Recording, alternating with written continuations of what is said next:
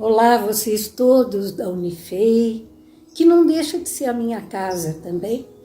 Eu fiz o mestrado aí e continuo até hoje. Indo muito à Unifei por prazer, vou a trabalho, vou às vezes só ver amigos. Então é um prazer para mim estar aqui conversando com vocês. E agradeço muito a Flávia e as duas Tamires, uma com I, uma com Y, que me convidaram para conversar um pouco hoje sobre luto. E luto é um assunto que hoje está presente em todas as casas, na verdade, de todo o mundo, não só do Brasil, né? Nós estamos vivendo desde início de 2020 uma pandemia violenta, assustadora. Nenhum de nós viveu nenhuma outra situação semelhante a essa, nem guerra, ou nenhum não, mas pouquíssimos de nós, nem guerras, nem outras pandemias, e realmente essa situação nos pegou a todos de surpresa. E uma surpresa, na verdade, muito desagradável, né? Porque uma surpresa feita de sofrimento, feita de uma dor profunda, feita de muita saudade, porque muita gente nossa morreu. Mas, acima de tudo, enquanto dura a doença, enquanto dura a infecção, o tempo é mais ou menos curto, né? As pessoas que progridem mal com o Covid-19 costumam se infectar e morrer num período de não mais do que 20 dias. Isso é muito pouco tempo para alguém se acostumar com uma morte, com uma perda, né?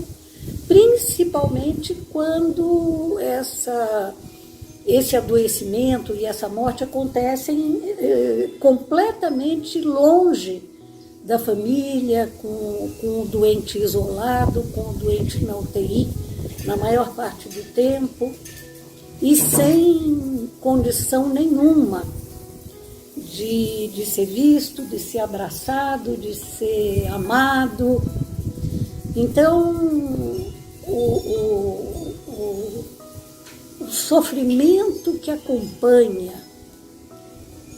o adoecimento e a morte durante essa pandemia é algo que nós não imaginávamos que fôssemos viver um dia, né?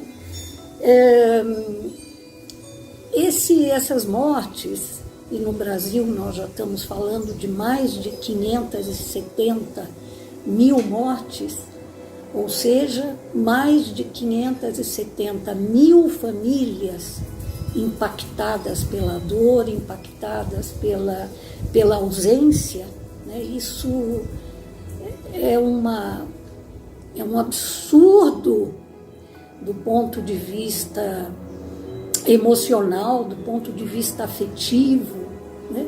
E como é que podia deixar de nos afetar? Eu, por exemplo, felizmente não perdi ninguém da família muito próximo, nenhum amigo muito íntimo. Mas que diferença isso faz? Eu perdi, de qualquer maneira, 570 parceiros de vida, 570 mil parceiros de vida no Brasil, e um número muito maior do que esse no mundo todo. Não é possível que uma morte de alguém não impacte as outras pessoas que estão vivas no mesmo momento em que ocorre essa morte. Ela pode não ser minha, pessoal, mas é a morte de um ser humano, é a morte de alguém que vivia, é a morte de alguém que tinha sonhos, que tinha esperanças, tanto quanto eu. E que, em princípio, a gente sempre acha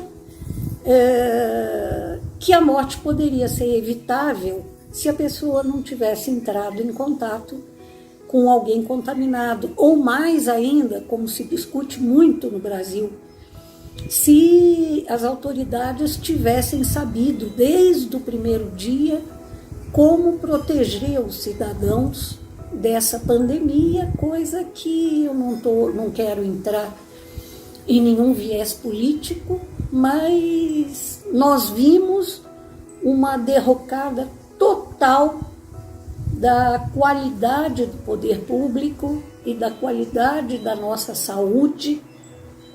Nós vimos nessa pandemia. O número de mortes foi absoluta, tem sido, né? Porque infelizmente a gente ainda vai ver muitas mortes. Ele tem sido muito maior do que poderia ser, do que foi proporcionalmente em outros países, se nós tivéssemos tido uma condução dessa crise séria, humana e competente, né? Então, como nos afeta, na verdade, nos deixa a todos enlutados. E como é que é o luto consequente às mortes dessa pandemia? É o pior luto que a gente poderia viver. Quando a pessoa com quem eu convivo se contamina, a primeira coisa que ela faz é se afastar de todo mundo, e eu deixo de ver essa pessoa quando ela ainda está nos primeiros dias da infecção. Se tudo vai bem, 15 dias depois ela volta para perto de mim, eu volto a conviver com ela. Mas para algumas pessoas a coisa não vai tão bem assim, e se a pessoa progride para piora, ela vai para o hospital, ela é internada logo depois, na maior parte das vezes ela vai à UTI, ela é sedada porque a dificuldade respiratória é violenta. Às vezes ela sai da UTI, volta para o quarto e depois volta para casa. Mas o mais comum é que ela não sobreviva. E quando alguém me avisa que a minha pessoa morreu, começa um outro drama. Eu não posso me aproximar dessa pessoa que morreu, eu não posso abraçá-la, eu não posso beijá-la, eu não posso chorar perto dela, eu não posso me despedir e prestar homenagens para ela, porque ela é contaminante, e ela é contaminante para todas as pessoas que pretendam ir ao velório, por exemplo.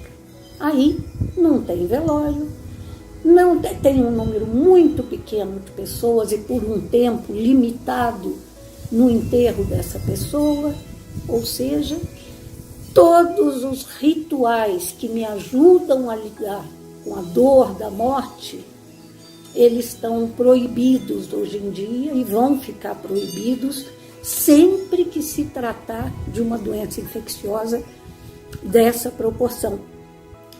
Isso é o pior luto que poderia acontecer para um país inteiro, para o mundo inteiro. É um luto que é chamado pelos estudiosos de luto complicado.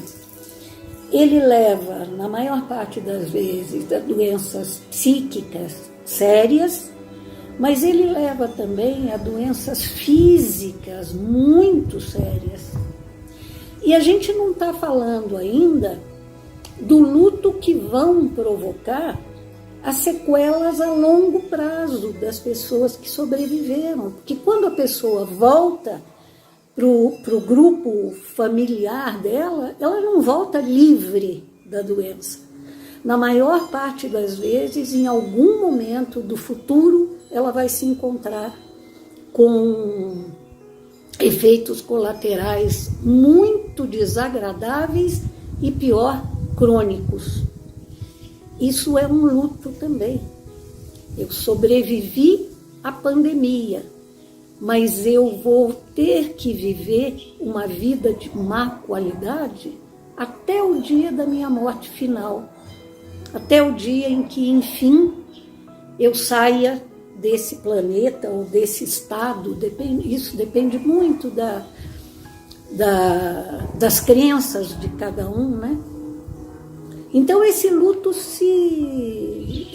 ele se continua afetando o próprio doente que sobreviveu e a família e os amigos e as pessoas próximas. Praticamente vamos raciocinar durante toda a nossa geração. Quando a gente fala em luto, a gente fala, claro, não de um estado único e nem muito menos igual para todos. O luto é extremamente pessoal, individual, depende da qualidade do vínculo, depende da minha sensibilidade, depende da história que eu construí com aquela pessoa, depende da experiência e da vivência que eu tive em outros lutos, depende do apoio que eu recebo da minha comunidade, enfim. Não se pode falar sobre o luto, mas a gente deveria falar sobre os infinitos lutos que podem atingir uma comunidade. Existiu uma psiquiatra no século passado, Elizabeth Kubler-Ross, ela é muito conhecida, vocês talvez já tenham ouvido e muito o nome dela. Ela até criou uma teoria ou criou uma aproximação para que a gente possa tentar compreender melhor o enlutado, que ela chamou das 5 fases do luto. Ela alerta para o fato de que não é obrigatório que a gente passe por todos os estágios, que não é todo mundo que passa por eles e que, principalmente, eles não são sequenciais e nem lineares. Mesmo assim, mesmo eles não sendo matemáticos, como poderiam parecer, eles ajudam a gente bastante a entender o enlutado. Ela diz que a primeira fase pela qual o enlutado passa é o da rejeição, é o da negação. Eu não acredito que aquilo aconteceu comigo. Passado algum tempo, eu abandono a negação, eu começo a perceber que é real aquela morte, e aí eu passo a ter muita raiva. Raiva de Deus, raiva dos médicos, raiva, às vezes até, por incrível que pareça, do doente, por que ele foi e me deixou. Enfim, a gente volta a raiva da gente até contra os amigos que estão querendo nos ajudar. Em algum momento eu deixo a raiva para trás e aí eu entro numa fase que ela chama de barganha. Eu tento desesperadamente deixar de sofrer, deixar de me sentir tão mal. Então é a hora que eu faço promessas, não é uma parte das vezes, é para Deus.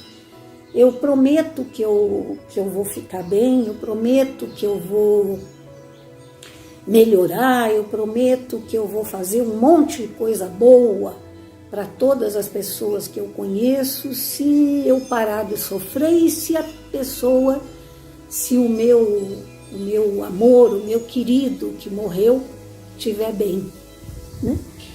Essa fase passa também e aí eu mergulho na tristeza.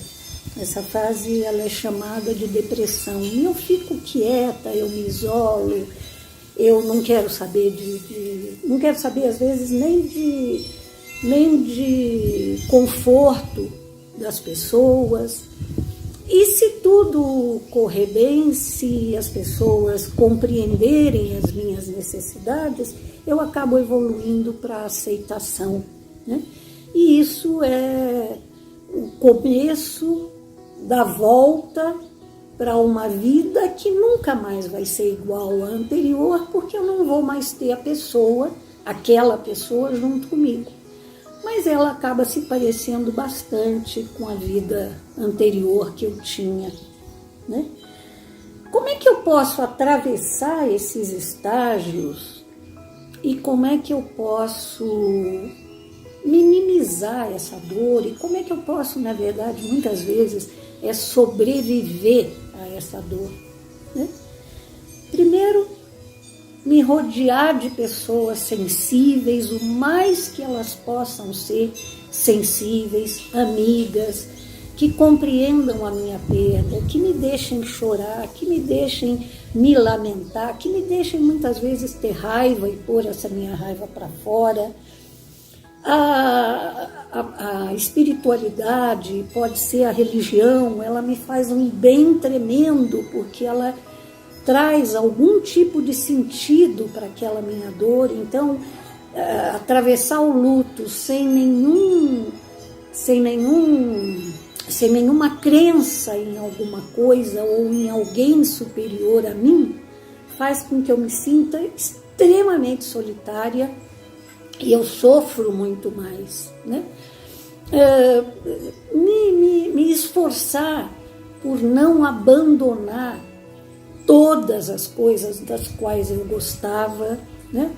Me convencer de que, como eu vou melhorar um dia, eu tenho certeza de que eu vou ficar melhor, mesmo agora que eu não estou tão bem, que eu continue indo a um cinema, encontrando os meus amigos, mesmo com as restrições da pandemia, que eu leia um livro, que eu veja um filme que me agrade, né? Que eu não fique 24 horas por dia mergulhada só na minha dor. Uma coisa que costuma ajudar muito quem está sofrendo é procurar outras pessoas que sofram também e oferecer ajuda. Não há momento em que eu esteja mais sensível à dor do outro do que quando eu estou sentindo dor.